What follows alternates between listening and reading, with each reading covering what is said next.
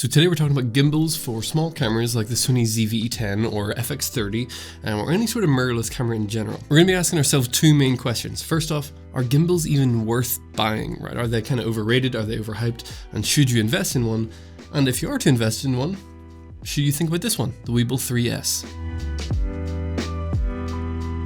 So if you have no idea what a gimbal is for some reason, the primary purpose of a gimbal is to basically make your footage much smoother as far as motion goes. If you're holding a small camera, especially the lighter the camera is, the more little micro shakes you get in your footage.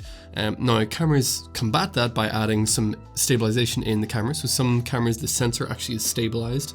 It's on its own little sort of moving mount that will help absorb some of those shakes. Other cameras like the ZV-E10 have a digital stabilization, so it'll actually crop into the image a little bit and it'll help you sort of keep it stable in post. And lastly, sometimes you can get lenses which have stabilization built into them. So there's a handful of things that you can do, but none of those are really going to get you as close as something like a gimbal. Now the problem is gimbals are pretty expensive. You can spend anywhere from like $200 to $2,000 and more, right? As much as you kind of want on a gimbal. And they are great and they do their job well, but the question is, do you actually need that functionality? I think a lot of people end up buying gimbals and don't use them anywhere near as much as they think that they will.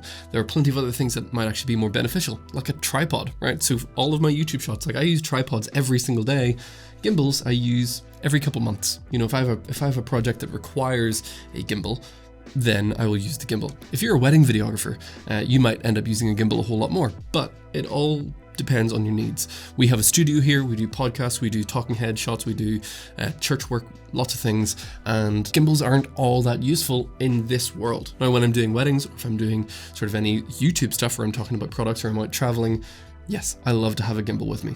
But you just have to ask yourself, is it going to be worth it for you? I definitely would not recommend, if you're a beginner, right? If you've got a ZV-E10 or a cheap camera, you're probably going to be tempted to look at something like the Ronin RS3 Pro, which is like $1,000 to $1,200 or something ridiculous.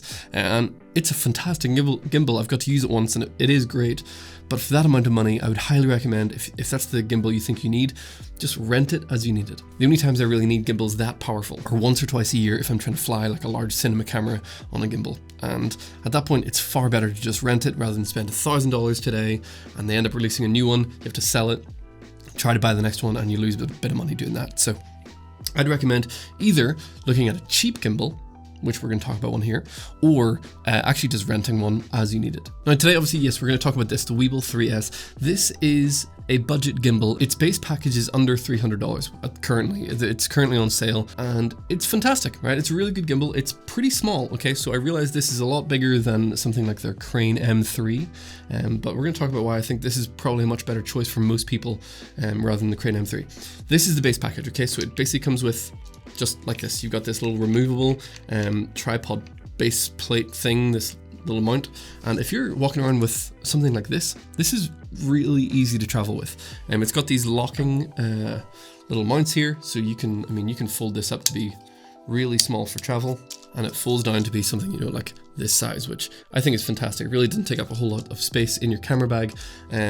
So this is really nice. Now if you buy the combo kit, you get this little handle, which we'll talk about in a second, and this quite large carrying case to go with the gimbal. Now this thing is really nice. The bag I've actually not used. I've basically, you know, it's pretty large, and I haven't found it useful personally. But it is a nice bag. So if bags are important to you, then you know, they have them, which is nice. Now this little handle here just slides onto the bottom of this. It's a very nice little quick release system that locks into place and has another thread on the bottom where you can add your tripod base. So this is kind of as large as you can get this gimbal. And what this handle does is it gives you a wrist rest. So as you're holding it, it's actually very comfortable to hold with the wrist rest here. So it just lets your wrist settle for holding that. And it adds this undersling handle, so you know, which sort of telescopes out. So if you're doing super low shots all the time, you know, then that's handy. The problem is that the combo kit is like $120 more for just a handle and a bag. So personally, if it's me spending my own money on this, I'm going to just get the base package. It fits in a camera backpack pretty easily, and it does everything that the combo package can do except without the undersling handle. But you know, it still works, you know, especially with this being as long as this is, you can still, you know, hold this really low down, not as comfortably, but $120 for me. I think just the base one is perfectly fine. If you want to get the combo package, go for it. Now this gimbal does have a bunch of features to it. It's got a little light on here, like a little fill light if you're wanting to film people. You can mount the whole camera vertically, which is a really nice thing to have. And it's got locking mechanisms. It's got a little joystick that can control the angles of everything. Nice little display. Lots of things that you expect to find in a gimbal these days. I'm not really going to get into a whole lot of those because ultimately a gimbal needs to balance a camera, and that's it, in my opinion. And the question is, does this do that well? Yes. Now to attach the gimbal, it comes with a base plate. Now I've added a little Arca Swiss mount on top of the base plate here. That just makes it a little easier for the camera to slide on and off this base plate. Now the base plate that this comes with looks like a Manfrotto quick release plate, but it's not, and it's so close. This is my only complaint really so far with this gimbal, is the base plate is like, it's so close to a Manfrotto quick release plate, but it's its own thing. So if you lose this, you're gonna have to buy another one, which is kind of annoying because it'd be really nice to be able to just use any tripod plate on of this, but you got to use Zhiyun's own their own base plate. But it's pretty simple, right? So you just attach your camera to the base plate, or I've got my Arca Swiss plate on here, which makes things a little easier. You then just attach this to the gimbal and go through the usual process like you do with any gimbal to get the thing balanced.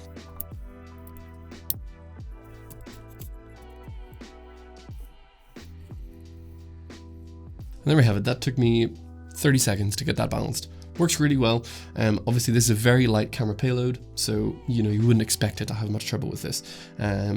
Now we could move up to something a lot heavier, which we're going to do in a second, and that's why I think this gimbal is going to be better than something like the M3. Really small, really lightweight gimbal that will work great for the ZV-E10, but the problem is if you have a ZV-E10, you're probably looking to upgrade down the line. So here we have a much larger camera setup. Okay, so this is a Sony FX30 with a Tamron 17-70 zoom lens with a filter on the front.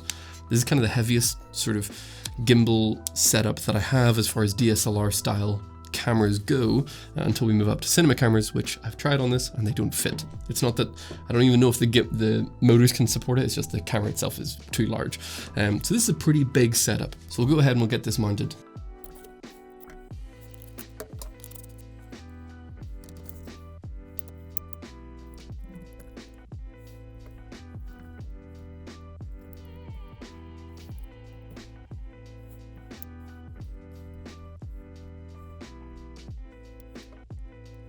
And here we have it. Now that is balanced. That didn't take too long, probably about a minute and a half, and this worked great. So one of the things that I think is great about buying a gimbal like this, the Weebill 3S over one of the smaller options if you have a small camera, is if you upgrade your camera, you want to be able to take your gimbal with you. If you have a cheap small gimbal for a cheap small camera, but you upgrade the camera, all of a sudden you're going to have to sell the gimbal and buy a new gimbal, which you may as well have just bought a better gimbal in the first place. I know it's a little bit bigger, I know it's a little bit heavier, but I think it's far more valuable to be able to have something that is upgradable, that you can transfer any camera onto it, than just to have something small. And they're about the same price. I think the Weebill 3S is basically the same price as the Crane M3. So to me, this is just a far better purchase because I want to have a gimbal that's going to be far more versatile. I mean, like, this really flies this large setup, no problem. I used this recently for a music video, and it worked great. Battery life is great, and it's able to support this. This is not even perfectly balanced. Like, again, I threw about a minute and a half into this, and this is a large lens. Like, if I zoom this all the way in and extend the weight out to the front, we're still balanced. The motors on this gimbal are surprisingly powerful. As far as I'm aware, they don't have like a recommended, weight capacity for this gimbal, which basically just means just try to fit whatever you can on it and hope for the best. And if it doesn't work, obviously, then you just got to make your camera lighter. But I've been very impressed with just how versatile this gimbal is for the size and for the cost. And the nice thing about this gimbal as well is it does have this vertical mount. So, if you're doing shorts, which I really haven't done a whole lot of myself, or shorts, but you can take this whole base plate off, like the whole part of the gimbal, flip it around and attach it vertically. Now it is probably going to need rebalanced, but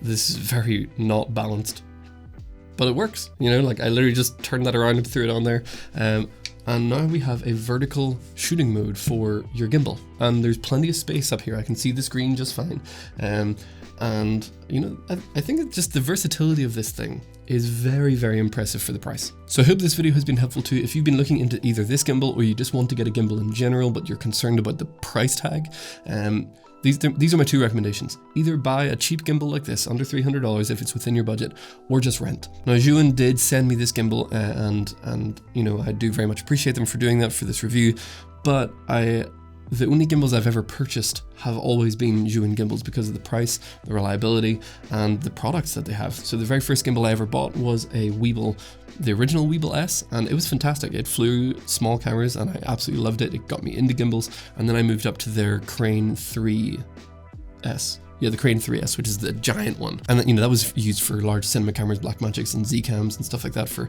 you know, a couple of music videos. You know, but I ended up selling that one a long time ago just because, you know, I couldn't justify the price. I really used it once or twice a year. So now having a little cheap $300 gimbal that works great, I think is a far better way to go. So if you've enjoyed this video, I would really appreciate it if you'd hit the like button, drop a comment down below, or maybe even subscribe as we continue to build this channel. I appreciate all of you for doing so, and I hope that you have a wonderful day.